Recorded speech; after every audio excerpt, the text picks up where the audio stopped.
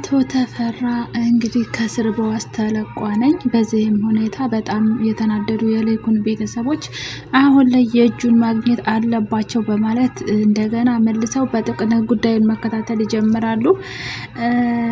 አቶ ተፈራም እንግዲህ እንደዚህ እኔ በመታሰሬ ደስ ያላቸው ሰዎች አሁን ላይ ተፈትቻለሁ፣ ደስ አይበላቸው በማለት መደሰት ይጀምራል ማለት ነው። እንግዲህ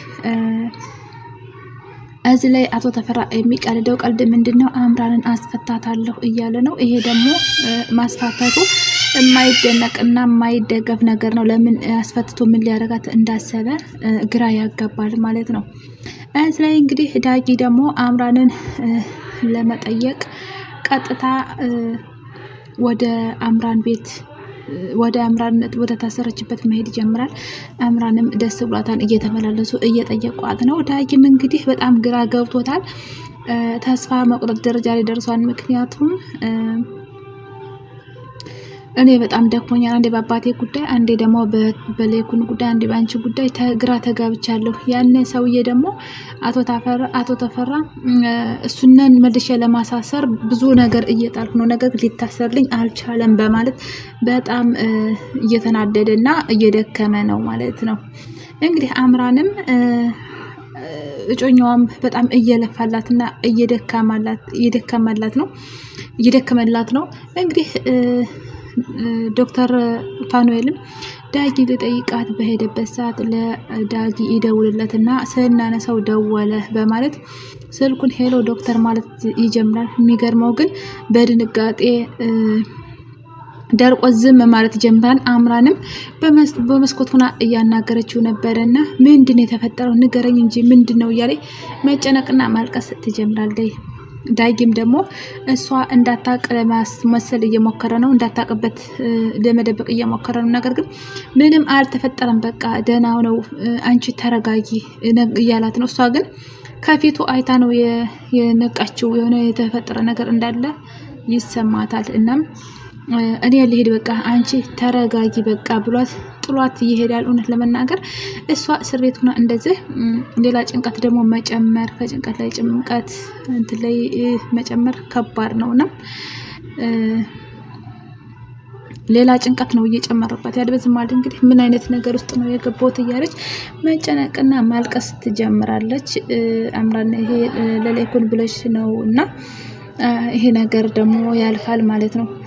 እንግዲህ ዳጊም እየተሯሯጠ አምራን ብቻዋን ጥሏት እየተራራጠ ሄዳን። እሷም እያለቀሰች እያለ እና በሀሳብ ተውጣ እያለ ድንገት ሰዓት አልቋን ግቢ ትባላለች። በሰዓት ነው እንግዲህ በመጠን ነው ቤተሰብ እንድታገኝ የሚፈቀድላት ማለት ነው። እንደፈለገች ውጭ ላይ መሆን አይፈቀድላትም እና እሷም እንግዲህ ሰዓት አልቋን ብሎ ሲቆጧት ቀጥታ ወደ ክላስ መግባት ትጀምራለች ማለት ነው። ንዋን ጠረጋ አድርጋ ምንም እንዳልተነቃ ምንም እንዳላለቀሰ ምናምን አስመስላ ማለት ነው።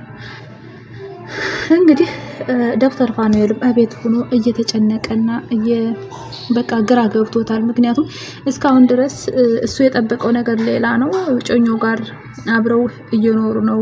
እንዲሁም ደግሞ አብረው የኖሩበት ቤት ላይ ብቻውን በዛውም ደግሞ ትዳር ለመያዝና ህይወት ለመመስረት አስበው፣ ነገር ግን አሁን ላይ ብቻውን ባዶ ቤቱ ነው የዋጠው ማለት ነው።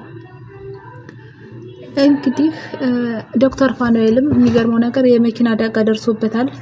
ይሄንንም ደግሞ ዶክተር ፋኑኤል አቶ ተፈራ ደውሎ ዶክተር ፋኑኤል እኔ ነው የገጨው፣ ስለዚህ እኔ ነኝ የኔ እጅ አለበት፣ እኔ ነኝ ያስገጨው እያለ ያስፈራረው ነው ማለት ነው።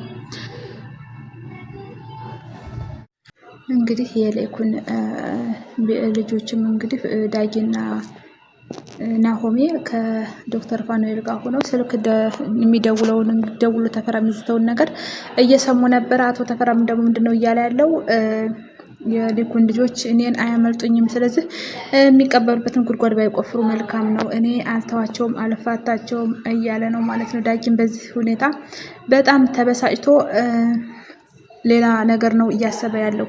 አታመልጠንም፣ መታመልጠን አይምሰለ፣ ስለዚህ እንደዚህ ማድረግ ጥሩ አይደለም፣ አርፈህ ትቀመጥ ይሻላል እያለ ስሜታዊ ሲሆን፣ ነገር ግን ዶክተር ፋኑኤል ስልኩን ቀምቶ እንትን ይልበታል ማለት ነው። ስልኩን ይቀማና ይዘጋበታል።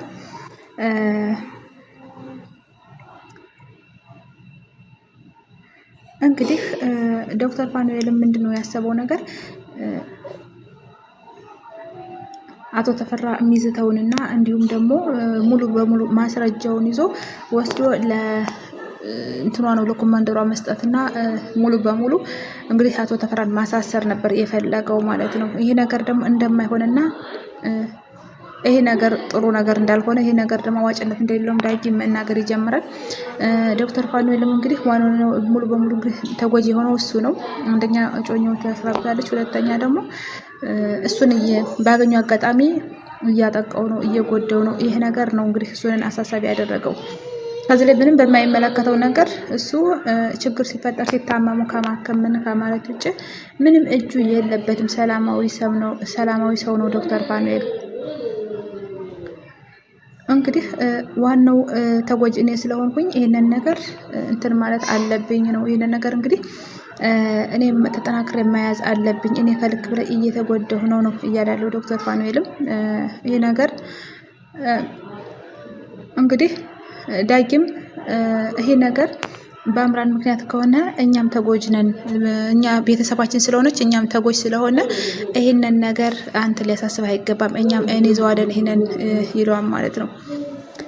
እንግዲህ ዶክተር ፋኑኤልም የሚያገርመው በጣም ያናደደው ነገር ያለ ወንጀሏና ምንም ያለ ጉዳዩ እሷ ለማገዝ ባረገችው ነገር አምራን መታሰሯ ነው። እንግዲህ መታሰሯ ነው ይሄ ለሱ እንትን ያለው ማለት ነው። ያናደደውና ያበሳጨው ነገር ይሄ ነገር ነው። እንግዲህ ዳጊም እነዳጊም ናሆምም እንግዲህ ሀሳባቸው ምንድነው? ስንት በአንተ ስለ ግል ጥቅምህ አትስብ ዶክተር ፋኑኤል፣ ስንት በሱ ዶክተር ተፈራ ብዙ ህፃናቶችን እያገተና እንትን እያለ እያጠቃ ያለ ሰው ነው። ስለዚህ እንዳንድ ህዝብ እንዳንድ ሰብአዊ ፍጡር እንትን ማለት አለ። ሁላችንም በአንድ ሆነን መጮህ አለብን ለሁሉም ሴቶች እንጂ አንተ ለአምራን ወይም ለራስ ለግል ጥቅምህ መጮህ የለብህም ነው እያለ ያለው። ይሄ ነገር የሚበረታታ ነው። እውነት ነው። ለራሱ እሷነት ትልቅ ሰው ናት፣ ሚስቱ ብትሆንም ግን ስንት ህፃናቶችን እንዲያረጋ የሚያጠቃና የሚጎዳ ከሆነ ለራሱ ለግል ጥቅሙ ብቻ ማሰብ የለበትም ማለት ነው። እንግዲህ ዶክተር ፋኑኤልም ነገሮች ተስተካክለው አምራንም ወጣ እንደምናያት ነው። እንግዲህ እነሱም ተናደውና ተብጻይተው እነዳጊም ከዶክተር ፋኑኤል ቤት ወጥተው መሄድ ይጀምራሉ። እንግዲህ ተወዳጆች ቪዲዮን አይታችሁ ሲጨርሱ ላይክ፣ ሼር፣ ሰብስክራይብ በማድረግ አበረታቱን። በቀጣይ ቪዲዮ እስክንገናኝ ድረስ መልካም ቆይታ። ቪዲዮን አይታችሁ ከወደዳችሁት ላይክ፣ ሼር፣ ሰብስክራይብ አድርጉ።